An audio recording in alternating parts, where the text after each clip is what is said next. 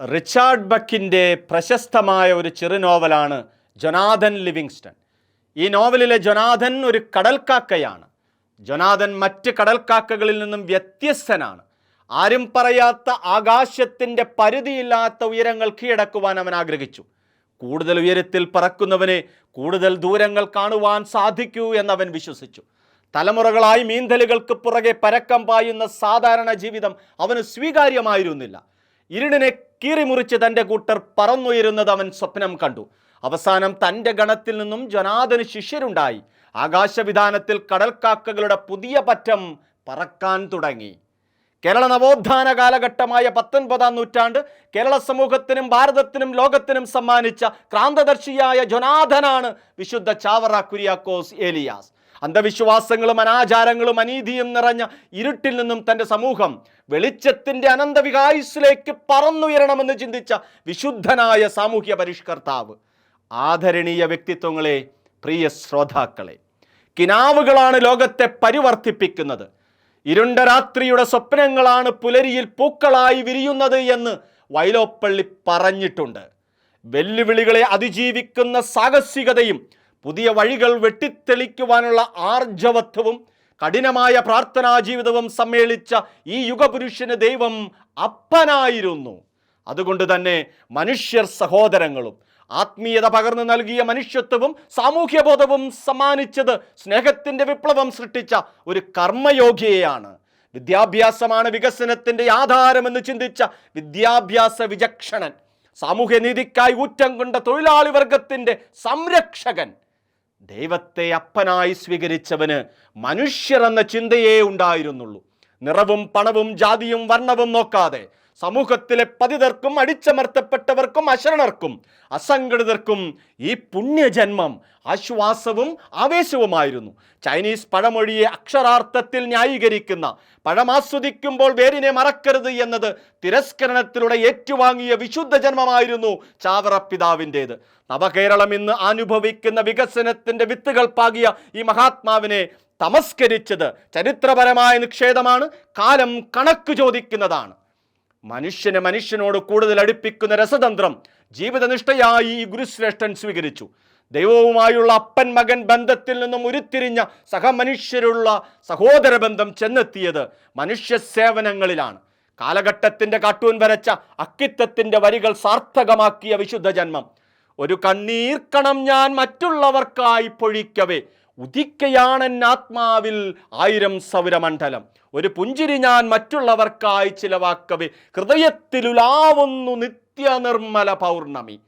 കരയുന്നവൻ്റെ കണ്ണീരൊപ്പി, അറിവില്ലാത്തവർക്ക് അക്ഷരം വിളമ്പി, അടിച്ചമർത്തപ്പെട്ടവർക്ക് മോചനമേകി 66-ാം വയസ്സിൽ കൈനക്കരിയിലെ സൂര്യ തേജസ് വിടങ്ങ വാങ്ങിയപ്പോൾ ഹൃദയത്തിൽ നിത്യവും നിർമ്മലമായ ദൈവത്തെ പ്രതിഷ്ഠിച്ചായിരുന്നു മടക്കം. എന്നും അപരനു വേണ്ടിയായിരുന്നു പ്രാർത്ഥനയിൽ ഊന്നിയ പ്രവൃത്തികൾ. അപരൻ്റെ മുഖത്ത് തെളിഞ്ഞ കണ്ണീർപ്പാടങ്ങളുടെ കാരണം തേടിയും നിഴൽപ്പാടുകൾക്ക് പിന്നിലെ വ്യഥകൾ തേടിയും വാട്ടവും കോട്ടവും കണ്ടതിൻ്റെ പിന്നാമ്പുറങ്ങൾ അന്വേഷിച്ചറിഞ്ഞ് അവയ്ക്ക് പരിഹാരം തരണമേ എന്ന് ദൈവത്തോട് പ്രാർത്ഥിച്ചതിൻ്റെ തഴമ്പുകൾ ഈ വിശുദ്ധൻ്റെ മുട്ടുകൾക്കുണ്ടായിരുന്നു. പാവനമായ ദൈവിക ചിന്തകളിൽ അഹംബ്രഹ്മാസ്മിയിൽ നിന്നും തത്വമസിയിലേക്ക് നടക്കാൻ ഈ മനുഷ്യനെടുത്തത് 66 വർഷങ്ങൾ മാത്രമാണ്. കാറൽ മാർക്സ് ഡാസ് ക്യാപിറ്റൽ എഴുതുന്നതിനു മുമ്പ് തോറ്റവരുടെ പക്ഷം ചേർന്ന് തോറ്റവൻ്റെ പിന്നാലെ പോയവനാണ് ഈ കർമ്മയോഗി. തൊഴിലാളി വർഗത്തെ നെഞ്ചിലേറ്റി തൊഴിലാളികളുടെ ജോലി സമയത്തിന് കൃത്യത വേണമെന്ന് വാദിച്ചു. ഊഴിയമെന്ന കൂലിയില്ലാത്ത വേലയ്ക്ക് അറുതി വരുത്തി. വേദങ്ങൾ വായിക്കുന്ന അവർണന്റെ കാതിൽ ഈയമുരുക്കിയൊഴിക്കണമെന്ന ദുഷിച്ചാചാരത്തെ എതിർത്ത് മാന്നാനം കുന്നിൽ സംസ്കൃത ദേവാലയവും ഒരുക്കി. വിശക്കുന്ന വയറിന് മുമ്പിൽ വിദ്യ വിലപ്പോകില്ലെന്ന് മനസ്സിലാക്കിയ പിതാവ് നാം ഇന്ന് വിദ്യാലയങ്ങൾ കാണുന്ന ഉച്ചഭക്ഷണ പദ്ധതിയുടെ തുടക്കക്കാരനായി. പിടിയരിയും നേർച്ചകളും കൂട്ടിച്ചേർത്ത് എല്ലാ വിഭാഗങ്ങൾക്കും പഠിക്കുവാനുള്ള പള്ളിക്കൂടങ്ങൾ പള്ളിയോട് ചേർത്ത് പണിതുയർത്തി. വിധവകളെയും അനാഥകളെയും ചേർത്ത് ആദ്യത്തെ തദ്ദേശീയ സന്യാസ സമൂഹമൊരുക്കി. അക്കാലത്ത് മാറ്റത്തിൻ്റെ ശങ്കുലി മുഴക്കിയ ഈ യുഗപുരുഷനെ ചരിത്രത്തിൻ്റെ താളുകളിൽ നിന്നും പടിയടച്ച് പിണ്ടം വയ്ക്കുവാൻ ഉള്ള വ്യഗ്രത ചരിത്രത്തിൻ്റെ നിക്ഷേപമാണ്. നെറികെട്ട നന്ദികേടാണ് എന്ന് പ്രബുദ്ധ സമൂഹം തിരിച്ചറിയുന്നതും നല്ലതാണ്. അപരന് നന്മ ചെയ്യാത്ത ഒരു ദിവസവും എൻ്റെ ആയുസ്സിൻ്റെ കണക്ക് പുസ്തകത്തിലില്ല എന്ന് കേരളത്തിൻ്റെ ചരിത്രത്തിൽ ഒരു സാമൂഹിക പരിഷ്കർത്താവിനും പറയുവാൻ കഴിഞ്ഞിട്ടില്ല. അപരന് നന്മ ചെയ്യാത്ത ക്രൈസ്തവ ജീവിതം അർത്ഥശൂന്യമാണെന്ന് സ്വന്തം സമുദായത്തെയും ജീവിച്ചിരുന്ന സമൂഹത്തെയും പഠിപ്പിച്ചു. വേലക്കാരന് കൂലി കൊടുപ്പിച്ച് പാവപ്പെട്ടവന്റെ വീട്ടിൽ കനലെരിയിപ്പിച്ചു. പാവപ്പെട്ട പണിയാളന്റെ കുടുംബത്തിന് സംരക്ഷണവും അപ്പവും നൽകി. അക്ഷരത്തിന്റെ അഗ്നിശക്തിയെ തിരിച്ചറിഞ്ഞ ഈ മാധ്യമ മനുഷ്യൻ അച്ചടിയന്ത്രത്തിന്റെ മാതൃക വാഴപ്പിണ്ടിയിൽ തയ്യാറാക്കി, മരത്തിൽ അച്ചടിയന്ത്രം തയ്യാറാക്കി, പേപ്പറും മഷിയും ഉപയോഗിച്ച് അച്ചടി ആരംഭിച്ചു. അച്ചടിച്ച പുസ്തകങ്ങൾ വായനയ്ക്ക് വേണ്ടി പൊതുവായി വിതരണം ചെയ്ത് ഇന്നത്തെ ആധുനിക ലൈബ്രറി സംസ്കാരത്തിന്റെ ആദ്യ രൂപത്തിന് മാതൃക നൽകുകയും ചെയ്തു. മലയാളക്കരയിൽ ആദ്യമായി അച്ചടിച്ച നസ്രാണി ദീപിക ഇന്ന് ദീപിക പത്രത്തിൽ എത്തി നിൽക്കുമ്പോൾ അച്ചടി മാധ്യമ ലോകത്തെ തുടക്കക്കാരനെ വിസ്മരിച്ചുകൂടാ. പള്ളിക്കൂടങ്ങൾ പണിയാത്ത പള്ളികൾക്ക് ശിക്ഷ നൽകുവാൻ പാകത്തിന് ഈ വിശുദ്ധ ജന്മം സാമൂഹിക ഉത്തരവാദിത്വത്തിലേക്ക് വളർന്നിരുന്നു. ജീവിതകാലം മുഴുവൻ എല്ലുനുറങ്ങി പണിയെടുത്ത് ജീവിത സായാഹ്നത്തിൽ സമാധാനത്തിൽ മരിക്കുവാൻ ഉപവിശാലകൾ തുടങ്ങുവാൻ ഈ വിശുദ്ധന് മാത്രമേ കഴിഞ്ഞുള്ളൂ. ഇതിൻ്റെ ഉത്തരവാദിത്വവും ചിലവും സഹകരണ അടിസ്ഥാനത്തിൽ നാട്ടുകാരുടേതായിരുന്നു.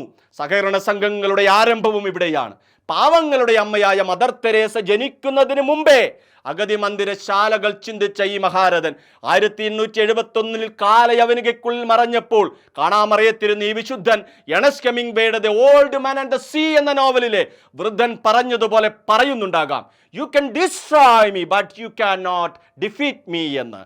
ഈ വിശുദ്ധൻ ഒരുക്കി വെച്ച വഴികളിലാണ് പിന്നീട് കടന്നു വന്ന സാമൂഹ്യ പരിഷ്കർത്താക്കളായ ശ്രീനാരായണ ഗുരുവും ചട്ടമ്പസ്വാമികളും എല്ലാം മാതൃകയാക്കിയത്. ഒരു ഛായാചിത്രം പോലും ശേഷിപ്പിക്കാതെ എല്ലാം ദൈവത്തിൻ്റെ ഉപരിമഹത്വത്തിനായി കാഴ്ചവെച്ച് മൺമറഞ്ഞ വിശുദ്ധ ചാവറ കുര്യാക്കോസ് മാനവ സമൂഹത്തെ നോക്കി ഇന്നും പറയുന്നു, മാനവ സേവയാണ് ഈശ്വര സേവയെന്ന്. നന്ദി, നമസ്കാരം. ജയ് ക്രൈസ്റ്റ്.